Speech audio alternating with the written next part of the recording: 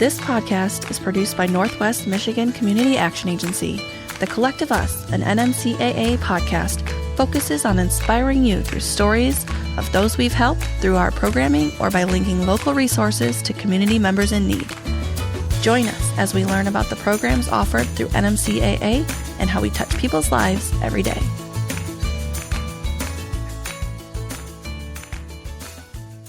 Welcome back to The Collective Us. I'm Ryan Buck. And I'm Erica Austin. If you're a parent of school-age kids, today we have good news. I'm happy to announce it's officially National Back to School Month. Yes, the time when pool floaties are put back in the shed and the backpacks are pulled out and stuffed with pencils, notebooks, protractor, compass. That's right. There's always some excitement around the start of a new school year. So with that in mind, let's introduce today's guest. First, we have Abria Morrow, Head Start and GSRP Site Manager with Child and Family Development. Welcome. Thank you very much. And we also have Melanie Chaney, who is a Head Start and GSRP parent, Policy Council Classroom Representative, and NMCAA State Representative for the NMCAA Policy Council. Thank you for being here. Absolutely. We have a lot to cover today, so let's get into it. Both of you are parents. Melanie, you have kids ages 2, 3, and 5.5, according to your son. Yes.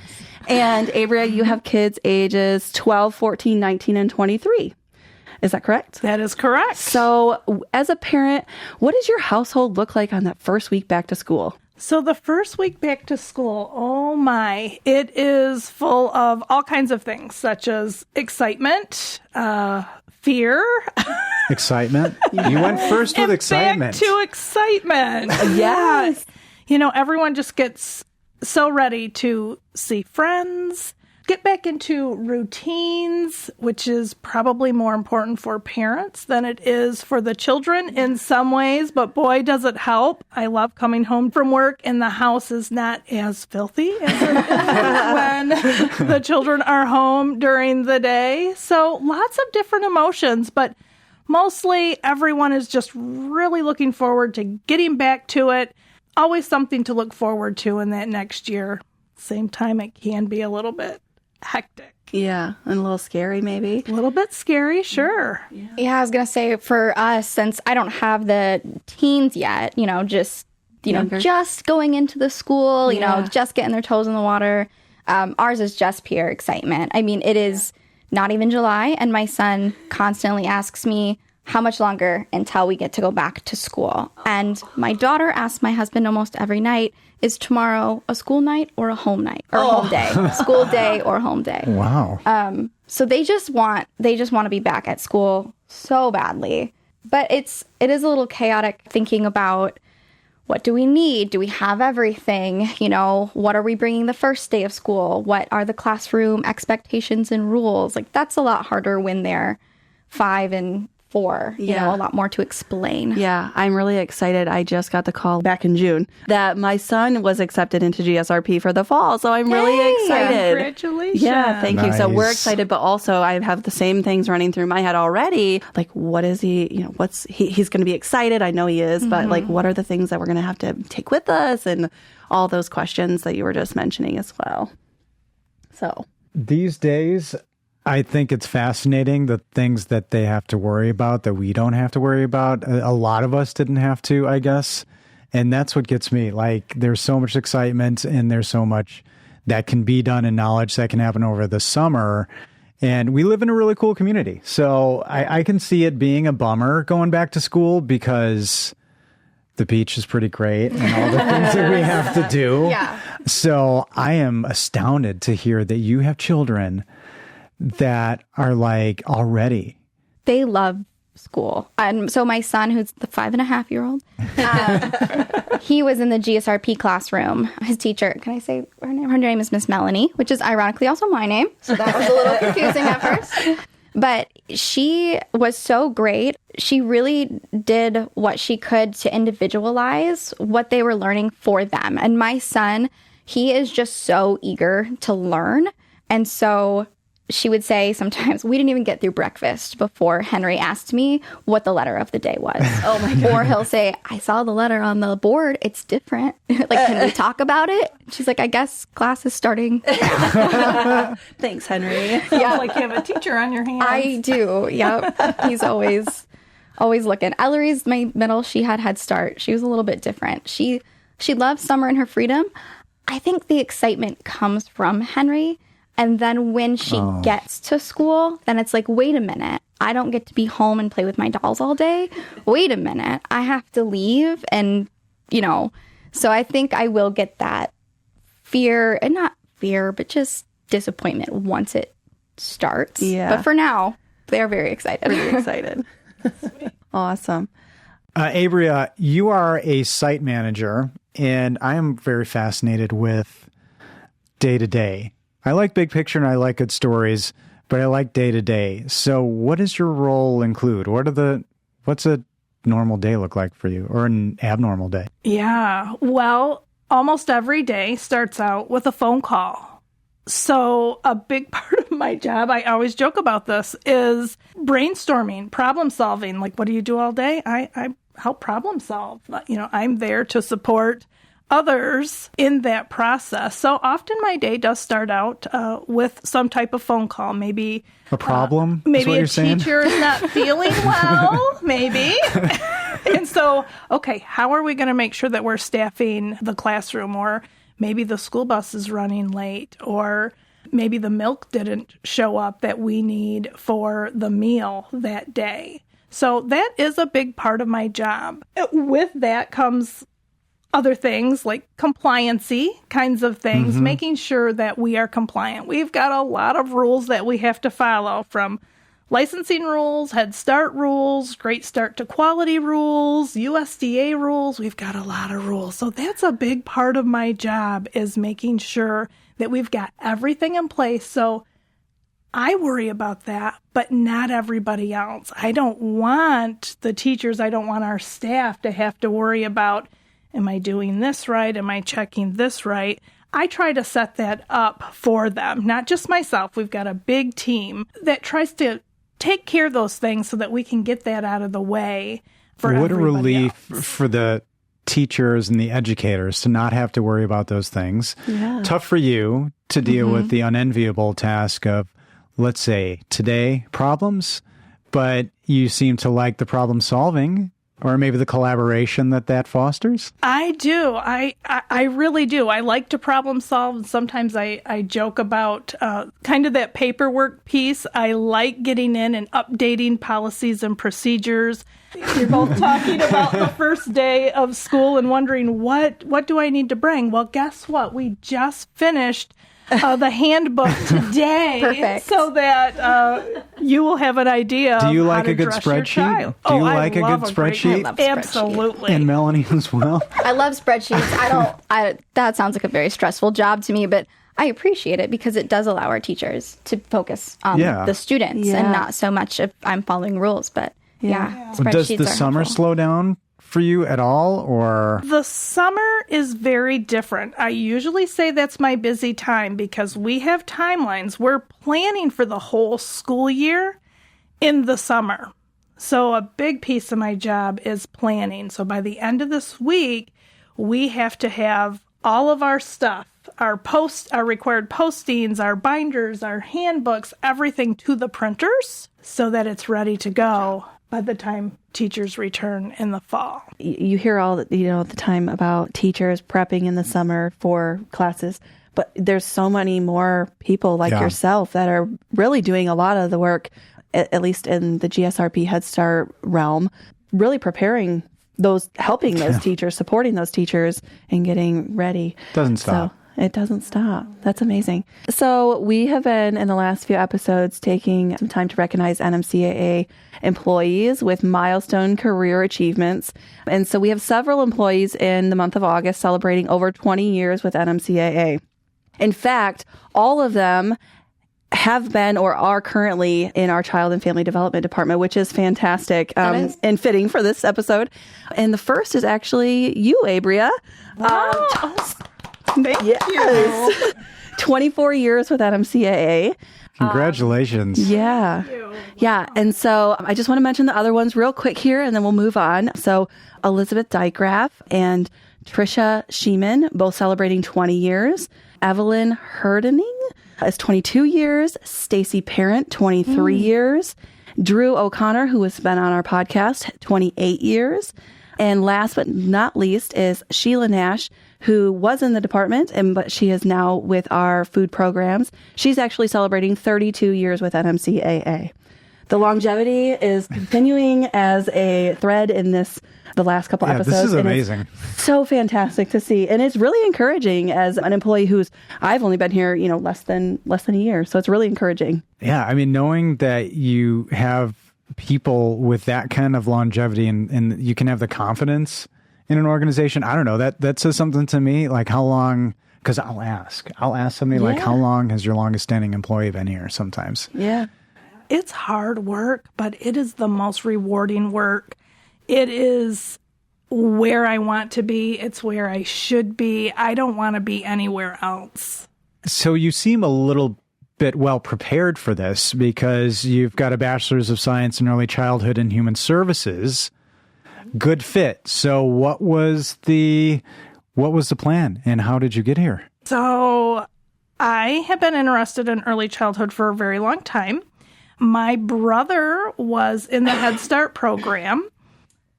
Another jealous. Connection, another Very like family connection. Yes. This is popping up a lot. As a child, yes. Wow. Yep, he was a student in the program. That's awesome. How old were you when he went? I'm just curious because you shared this story with me, and I was curious. So I must have been 5. I'm thinking he may have been 4. Okay. And so I was probably 5. Okay.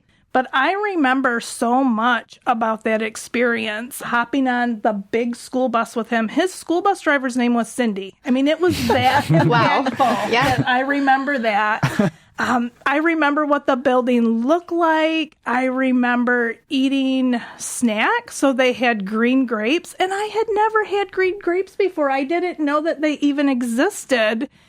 And I was just in awe of this experience. And truly, so 5 or 6 years old, I thought, I need to do this. That's what I want to do.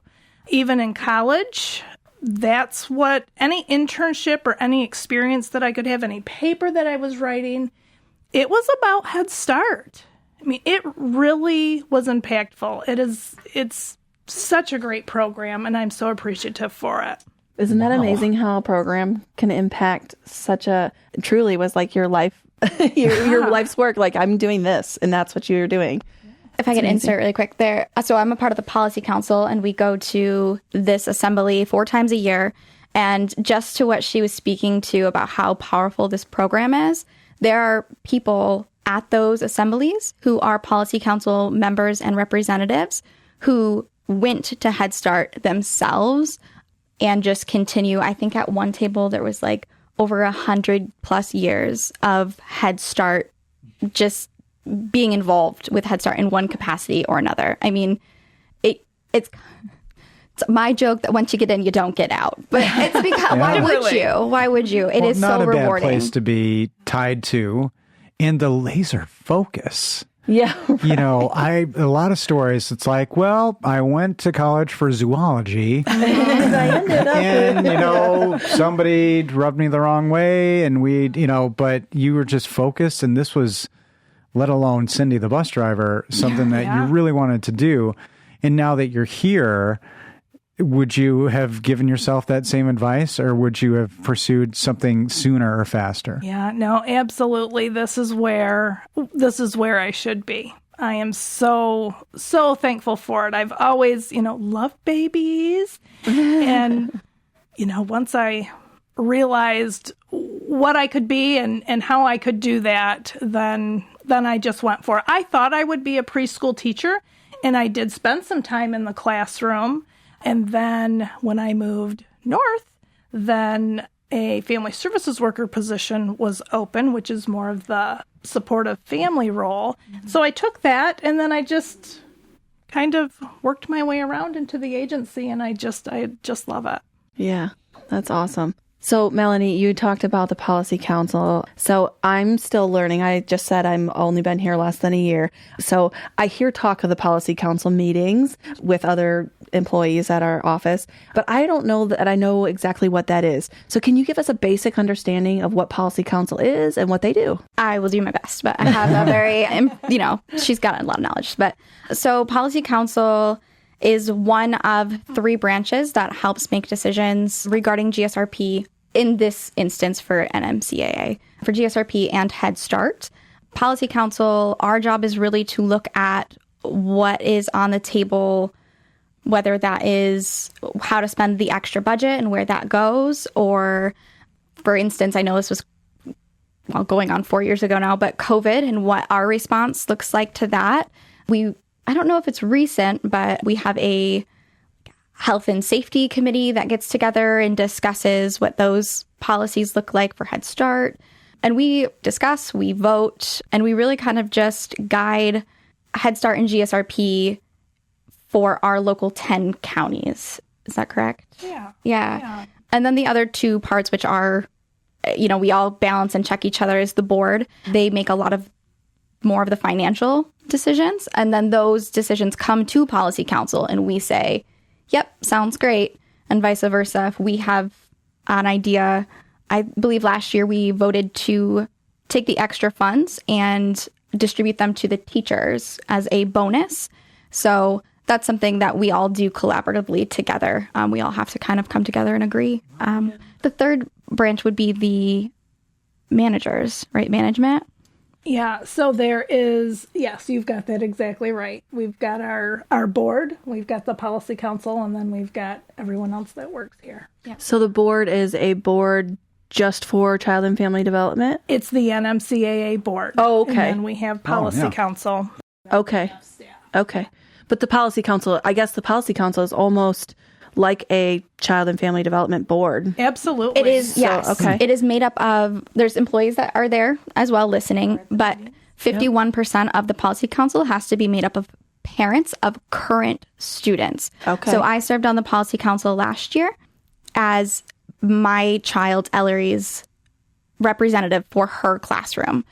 And then all of those parents for each classroom, that's the idea, come together for policy council, and really the parents are the ones deciding, hey, we have this bus policy and it is kind of, there's kids that can't get to school, but our policy says buses aren't safe for this age yet. What do we think? Is it more important to have the kids at school and reaching those families, or is the bus concern really that much of a safety? And then parents from all the different classrooms get to vote on that and decide what they personally believe. They do ask when you join policy council, you consider the program as a whole. You consider everyone's families, everyone's kids, not just your own classroom. Yeah. And I have no problem doing that. If they closed my classroom, I would cry for days. But if it was best for the program, this program is just so amazing. Yeah. I can't. And you have to work, cross, I don't even know what you'd call that, with the board and with these different entities on, it could be some pretty heady topics, or it could be what brand of cookie to serve at lunch. So you have to pivot a lot. Do you find that that's exciting in this work as a parent and who has a lot vested in this? So as a parent, it's not necessarily that I find it exciting. I just find it incredibly important. And so whether it is the brand of cookie that they're serving or the sickness policy, it does, like, the cookie thing seems really kind of frivolous, but at the end of the day, my son's best friend has a soy allergy, and soy isn't everything, and he can't eat half of what the class eats, and that's sad to me. Yeah. And I think about it from the perspective of my daughter who's 3, and if she can't have that same cookie that all her friends are having, or I know red dye can be kind of this controversial topic for parents. Mm-hmm. I have no problem saying, hey, okay, let's take red dye out, because that makes somebody else's experience that much better without taking away from my child's experience. Yeah. But yeah, big or small, for me, it's important because it is 100% all about their experience. Every decision matters. Yeah. That's incredible. And Melanie, in her introduction, we also stated you're an NMCAA state representative for the NMCAA Policy Council. And I'm really fascinated by that. Can you talk about what that means and how you interact there? Sure. So we just discussed that there should be one parent from each classroom representing in Policy Council. From that group, they choose 2 state representatives and 2 alternatives. We take on the responsibility and agree to go to, I call them conferences. I think they call them assemblies. 4 conferences a year, spring, summer, fall, and winter. Mm-hmm. And honestly, they're so educational. I've loved going. That's why I said it was an honor and a privilege to be a part of that. It is free for me to go. I have to get myself there and make sure I have childcare, but it's paid for. And it is a conference. They have keynote speakers. We split off into little groups. They have parent workshops. I have loved every single parent workshop. Mm-hmm. And they're giving you things that you can bring back. Tools. And that you can the point is that share and implement. Yes. Yeah. You gain that knowledge there at this state assembly, and then you come back to your personal policy council. So for us, that's 10 counties. Mm-hmm. Mm-hmm. And during our policy council meeting, I and the other representatives get to kind of share and explain what happened and give that knowledge to all the other parents. Yeah. I love being that. I'm a little disappointed that I don't get to do it again this coming year, but my youngest, he'll grow up, he'll be in Head Start. And can you attend as the public? Do they do a ticketed thing or online stuff? I believe so. Maybe virtual? Yeah. We do have what's called a community representative. So that could be a parent that is no longer in the program, or it could be anyone out in the community. Does it stay, pretty nice? Everybody behave themselves? I mean, because you can have some pretty heavy topics. We just look at the discourse on cookies. Yeah. I made just like a flippant comment, but it's a really good point. Does this tend to draw people who can stay focused, or do you have to kind of, filter out, when people get dramatic or aggressive? It's like any other place. You definitely have to filter out. I mean, there's parents who, and I'm speaking specifically to the parents who are at these workshops.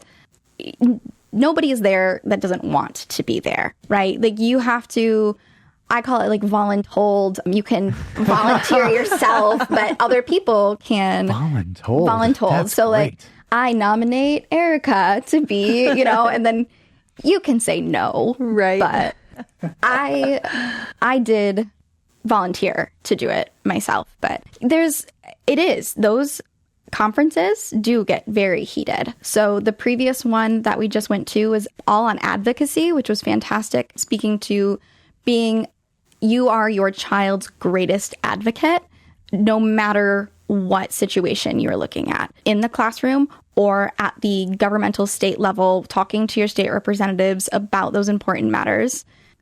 That one went pretty well. But the one before that,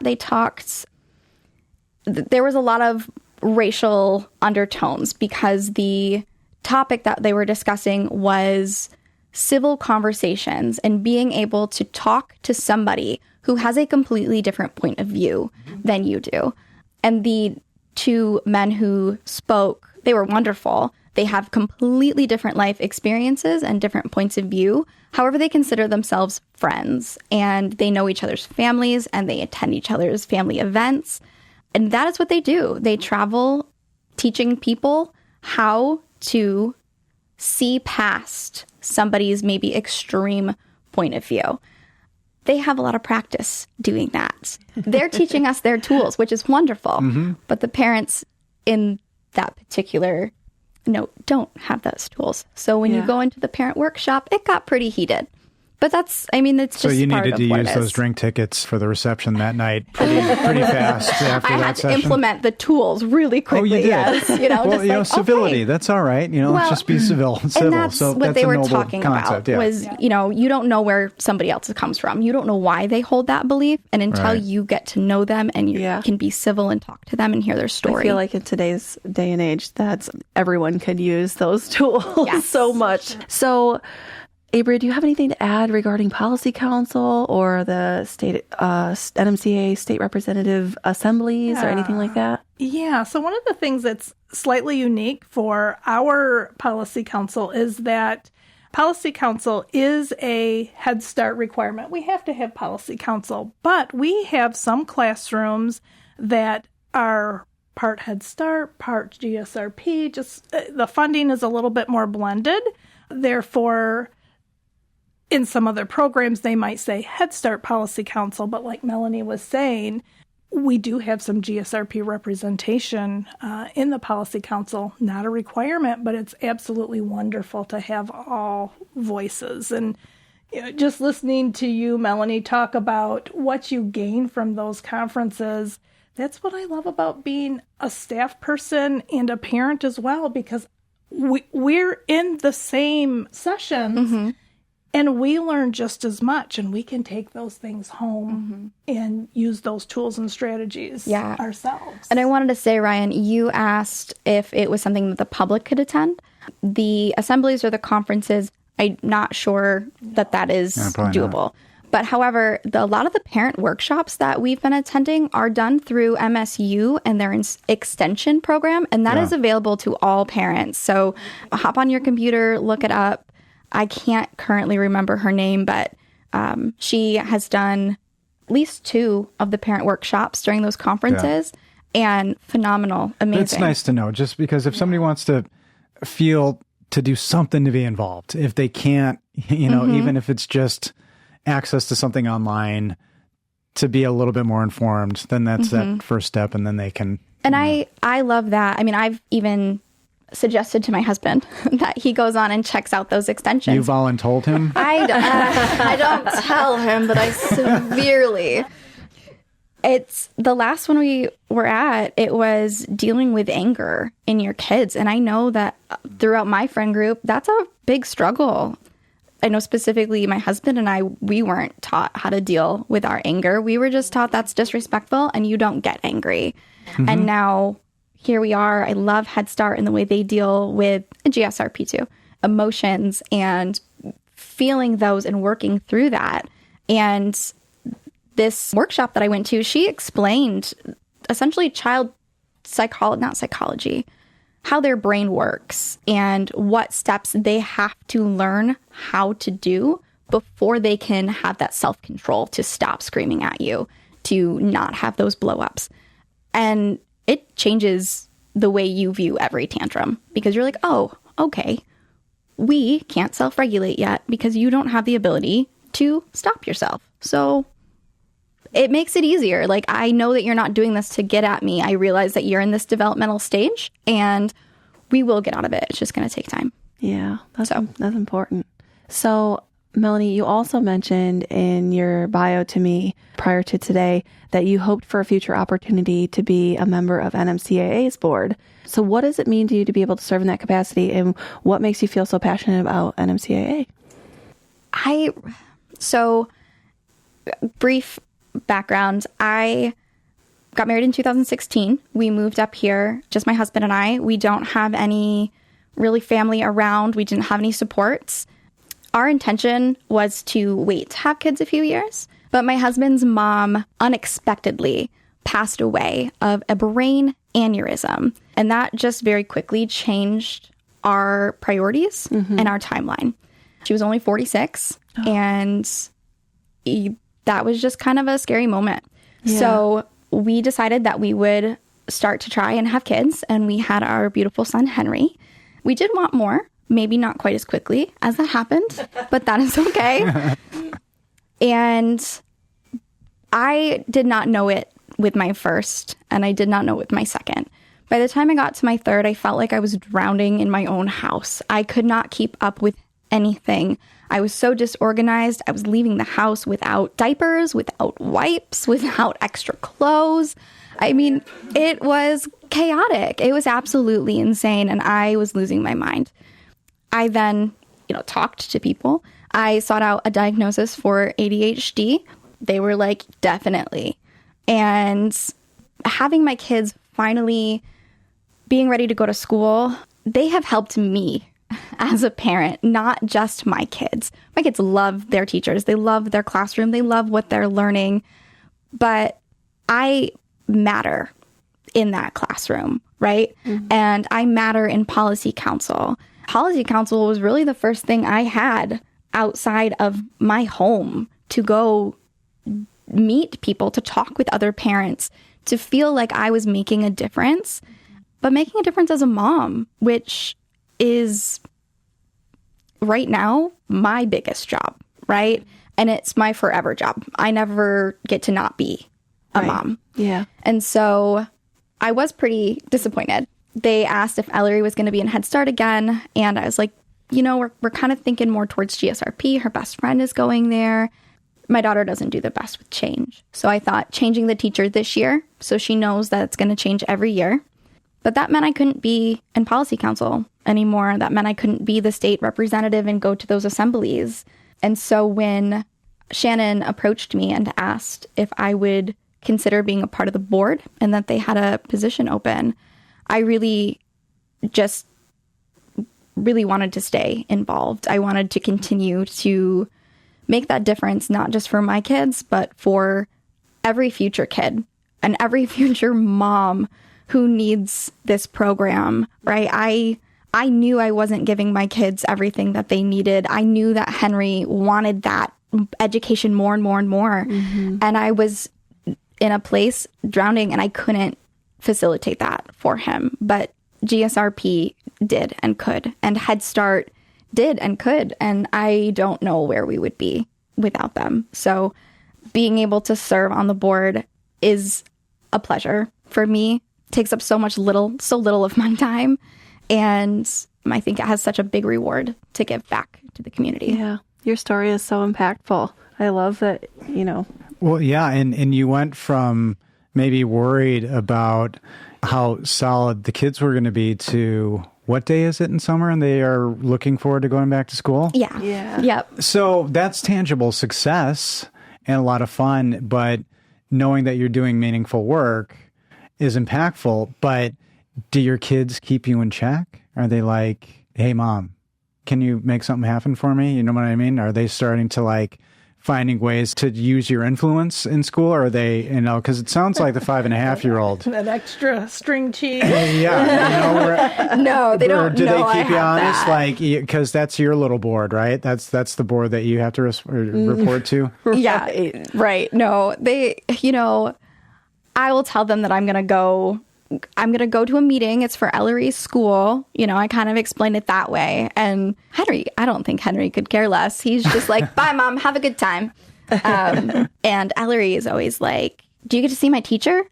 No, I don't get to see your teacher, No, they're funny. I do try to let them know the importance of what I'm doing, though, because I do have to drop them off, at the sitter. And for the assemblies, I'm gone for 3 days. And so we do talk about it and about how, this is important and Mom's going to go learn. That's what I tell them when I go to the conferences. Mama has this thing and I really want to go learn some more things. So I like putting it that way because it's more of a lifelong education kind of thing. And I think it's probably good for them to see, Mom still learns, like adults can still learn. Yeah. And you're demonstrating that, but they're seeing the benefits to them and a community and their peers too. Right. Which, hopefully I bet they're quite proud. Yeah. Ellery did ask me when I explained it if I could change the blanket and stuffy rule. So a GSRP from COVID. Now we got it. See, yes. That's what I was looking for. And I was like, a little bit of... No, honey. That's to keep everybody safe. Okay. And Abria, when we had Drew on in episode 4, call back to episode 4, she'd mentioned the need for teachers and classroom assistants.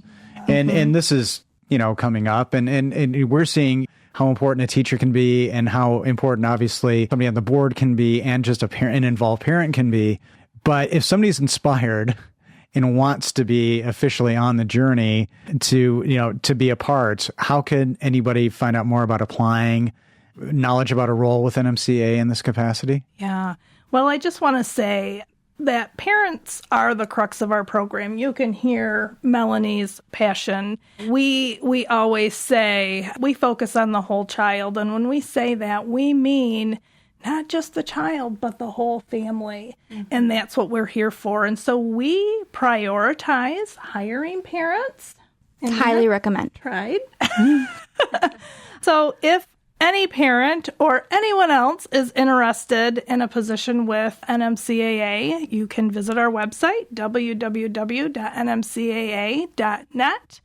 And we have a tab for employment, and it will give you all of our job postings, not just for the Head Start program, but for the whole agency.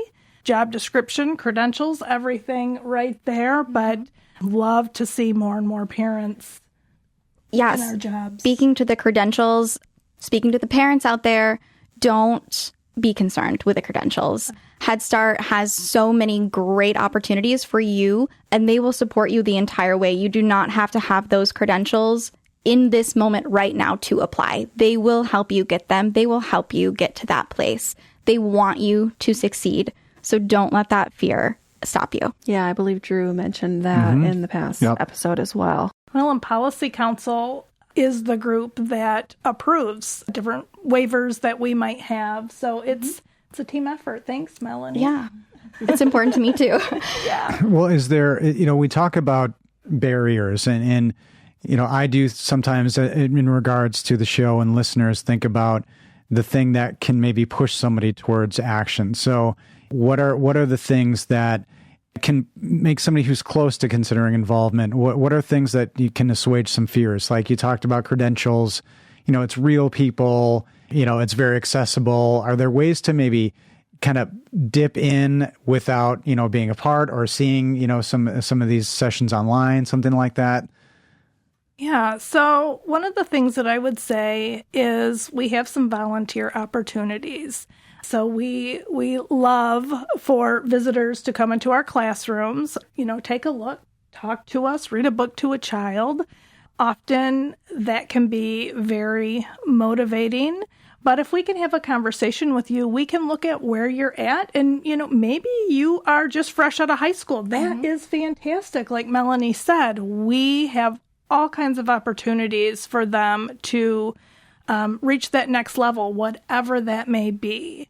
And if you're not sure that you want to be a teacher or an assistant teacher, they have just like classroom assistants. I don't know what their title is. We have classroom aides, which is a position where they're not working quite as closely with the children. It's a little bit more focused on mealtime, giving teachers breaks, but they can be as involved with the children as they want to be. We've got lots of positions, from home visiting type positions to being a lead teacher, positions like mine. So please, please, please go to the website, look us up, and we'd be happy to talk to you about what your final goal is, and we will work with you the best we can to get you there. And I love that classroom aide position because I do really think that's exactly what you're talking about with dipping your toes in the water. Yeah. You just get to be in the classroom. You get to be with the students, but you're not in charge. Like you've got your teachers there supporting you.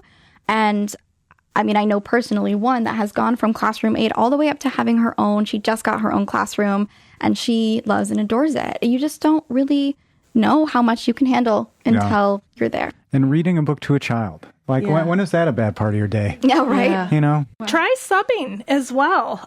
We're always looking for subs. I think that's a good point, because individuals can sub if they have certain expertise. And there are other, like you said, credentials maybe, but look into it if you want to be a part or you want to give. The website's a great way to start, to just find a way. And maybe talk to somebody else who's volunteered or also works with NMCAA in that capacity. Yeah. I just have to, again, I know when Drew was on with Jen, I gave the kudos to all the teachers. All of the people in the classrooms, the aides, the assistants, all the teachers. Having one 4-year-old at home, I know how chaotic it can be. I'm sure you do too.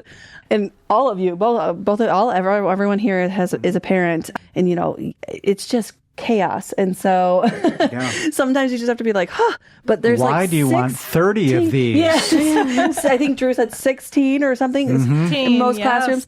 And so it's like, oh my gosh, I can't imagine. Yeah. So kudos to all the teachers out there and all the aides 1,000%. and keeping them just, learning and having a great day and all that stuff. So again, we're all parents here. So I'm curious, as our new school year is approaching, what are each of us excited about in the upcoming school year? Because I know we all have kids still in the, K to 12 age group. I guess mine's not even in K, but well, I'll go first since I'll give you a minute to think. I'm just excited. Obviously, I just mentioned my son just got into GSRP for the first time. He's my firstborn. So I'm just so excited to finally start being involved in the community, in that school capacity. That's something that I've always looked forward to. Growing up, I enjoyed being in school and being in that school community. And I'm so excited to see how much he grows from the fall to the spring. And just like, I'm sure he's just going to do like a fantastic thrive in all the things. But I'm so excited about just his first day of school and being there. So anybody want to go first or after me? You know what? If I'm about to have 2 teenagers, and see, I heard it from you. What am I supposed to do? I'm kind of excited. Yeah? To be honest, it's been a good journey, and I think it's just getting easier, and I'm watching their confidence grow. So this is fun. We're having more kind of like not adult themed conversation, but similar conversations, and they're becoming more people. So maybe a historic first. I'm excited for 2 teenagers. That's cool. I'd say it's a historic first. I love being a part of the community, and so I look forward to the band concerts and the sporting events and seeing everybody out there rooting for kids. I just absolutely love that. My children having lunch at school is a bonus.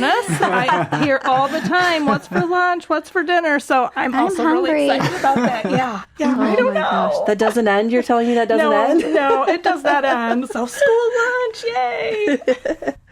So as much as I love being involved in the community, which I do, and honestly, that's GSRP and Head Start really did that for me. I'm going to be honest and say I am really excited for some peace and quiet. With the 3 being not even 3 years apart. My youngest was born a week before my oldest turned 3. Oh my goodness. Wow. I mean, I'm don't get me wrong. I'm very excited about their growth too. This was Ellery's first year, and to see where she started and where she is now is amazing. And to see what Henry used, I mean, he's reading words, not every word, but he's reading some words on his own. And that's incredible. Amazing. So I am excited for that. But really, I'm just very excited. They're loud. They're chaotic. And it's not bad. It's just kids being kids. But we have a very small house. Yeah. And I love the social events, too. We've been trying to do, we did the art fair this first year. Nice. Took the kids to it. But there's 3 of them. And they're 5, not quite 4, and 2. And trying to wrangle that chaos in a chaotic setting is just not my cup of tea. Yeah. So I'm kind of excited for them to be able to go have their own place and space, because I can see that summer, like they're on top of each other. They don't have places to go spend some time alone. And when one does want to spend time alone, the other one is like, play with me, please. Yeah. And so that's what I'm excited for. I do hear you there. She makes a good point. We talk a lot about action, and we talk a lot about big things and big ideas, but a little peace and quiet is great too. A little calm. Self-care. Yeah. Just being able, I really made some headway on my house and like taking care of clothes that were too small and organizing clothes that are too big, and just those things that parents have to do with what time. Yeah. And then having 2 in school. I still have my youngest at home, but he naps for 2 hours a day. Fantastic. You got some things done. I got some stuff done, and now we're how far into summer, and I'm like drowning, because things are just piling up again. For me and for my family, it's more important that we take the time to go to the beach and to go to this other stuff. And those things all kind of fall to the wayside. So looking forward to trying to get that kind of stuff back under control too. But I am privileged to be a stay-at-home parent. So for all of those working parents out there, I respect you. Yeah. If somebody were interested in reaching out regarding services at NMCAA, how would they do that? Yeah, really the best way probably, again, is our website, but we also have other forms of social media like Facebook, for example. We also have a 1-800 number, so we're 10 counties, 1-800-632-7334. Just give us a call and we will get you in the right direction if you want to apply for a job or if you want to enroll your child in a program.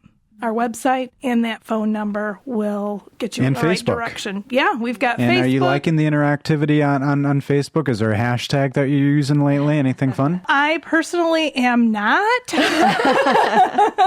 but Erica might. Oh yeah, that's right. We do have the a marketing department. We do have a new page out for our child and family development on Facebook.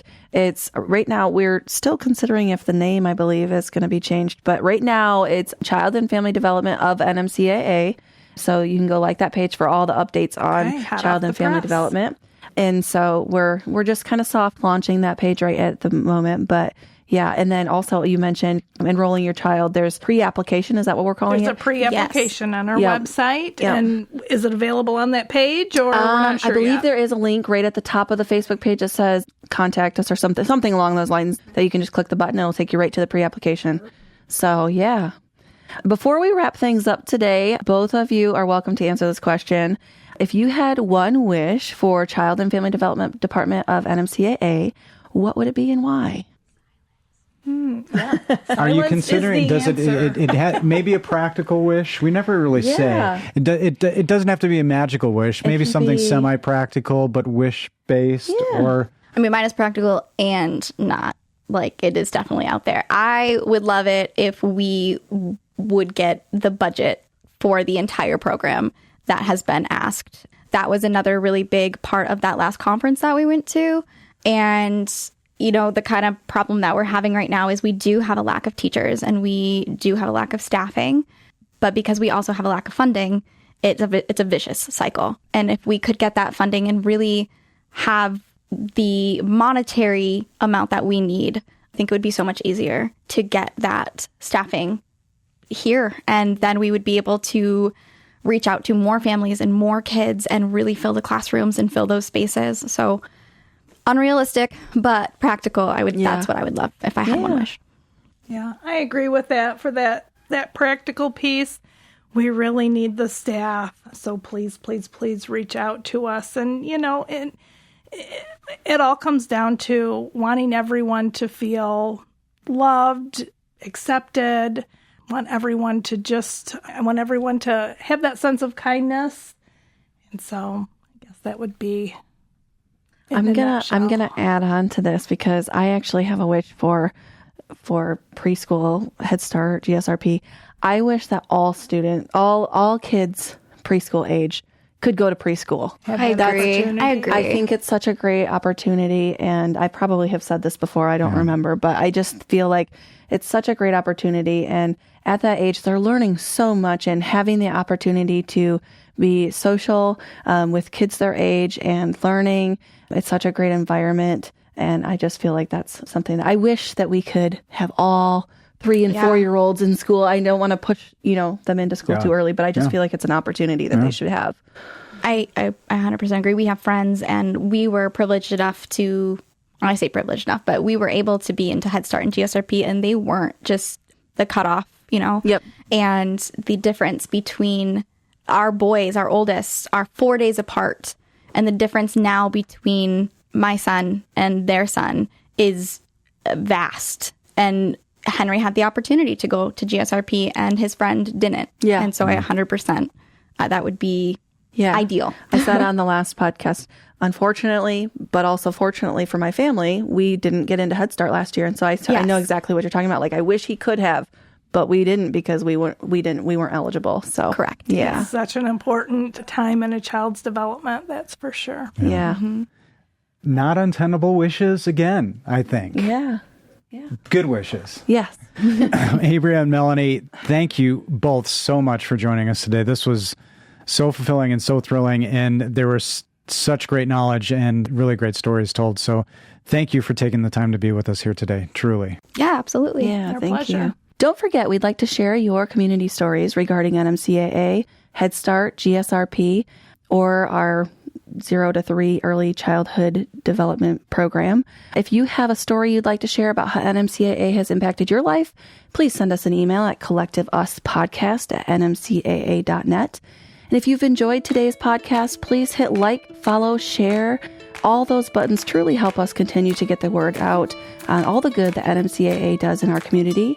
If you'd like to learn more about Northwest Michigan Community Action Agency or the programs we offer, or would like to make a donation, we encourage you to reach out at 231-947-3780 or visit our website, nmcaa.net.